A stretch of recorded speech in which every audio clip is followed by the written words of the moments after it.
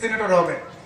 তো ঠিক আছে, অনেকে প্রস্তাব দিয়েছেন যে আমাদের সমাজের কিছু অভিজ্ঞ মানুষ তাদেরও কাজে লাগানো দরকার, এজন্য আমাদের উচ্চকক্ষ হওয়া দরকার। ঠিক আছে, বিভিন্ন প্রয়োজনে অনেক রাজনৈতিক দলগুলো চিন্তা করেছে, ঠিক আছে হোক, কিন্তু যে উচ্চকক্ষ হবে এই উচ্চকক্ষে মনোনয়ন নয়, এই উচ্চকক্ষে নিম্নকক্ষে ভোটে কে কত পার্সেন্ট ভোটে ভোট পেয়েছে তারা লোকে উচ্চকক্ষে এমপি পাবে, সেটা বলছেন না সেটা হবে না। কে কতটা আপনার এমপি পাবে তারা লোকে উচ্চকক্ষে এমপি হবে, এটা বাংলাদেশের মানুষ মেনে নিতে পারে না। আমরা অতীতে দেখি নাই মহিলা নারী এমপি গুলো কিভাবে নির্বাচিত হয়েছে, যে বসে বসে রিডিং করতে পারে না দেখে দেখে। এরকম সিস্টেম কি আমরা চাই? সম্মানিত উপস্থিতি, আমরা মনে করি কোন নোট অফ ডিসেন্ট নয়।